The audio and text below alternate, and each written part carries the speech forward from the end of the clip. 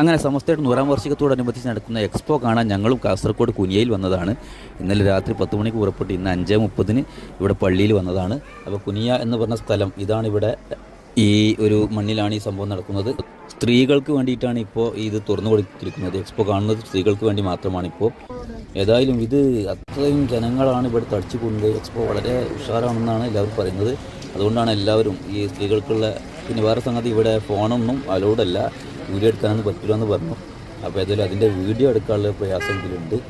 ഏതായാലും പുറത്തുനിന്നുള്ള കാഴ്ചയാണ് കാണുന്നത്. അതിൻ്റെ കവാടങ്ങളൊക്കെ ഇങ്ങനെയാണ്. പിന്നെ സ്ത്രീകളെ കൊണ്ട് നിറഞ്ഞിരിക്കുന്ന രാവിലെ തന്നെ വാഹനങ്ങൾ വന്നുകൊണ്ടേയിരിക്കുകയാണ്, സ്ത്രീകൾ വന്നുകൊണ്ടേയിരിക്കുകയാണ്. അത്രയും തിരക്ക് പിടിച്ച സംഭവമായിരുന്നു എന്നാണ് ഇത് കാണുമ്പോൾ നമുക്ക് മനസ്സിലാവുന്നത്. മാത്രമല്ല ഈ സ്ഥലം, പിന്നെ ഇത് എക്സ്പോ കഴിഞ്ഞാൽ ഇനി അവസാന സമ്മേളനം നടക്കുന്ന ഭാഗങ്ങളൊക്കെ മറ്റൊരു സ്ഥലത്തിൻ്റെ വീഡിയോ ഉണ്ട്.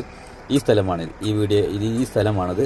പിന്നെ ഇതാണ് മഹാസമ്മേളനം, ഇതിഹാസ സമ്മേളനം സംഭവിക്കാൻ പോകുന്ന സ്ഥലം. ഈ കുനിയയുടെ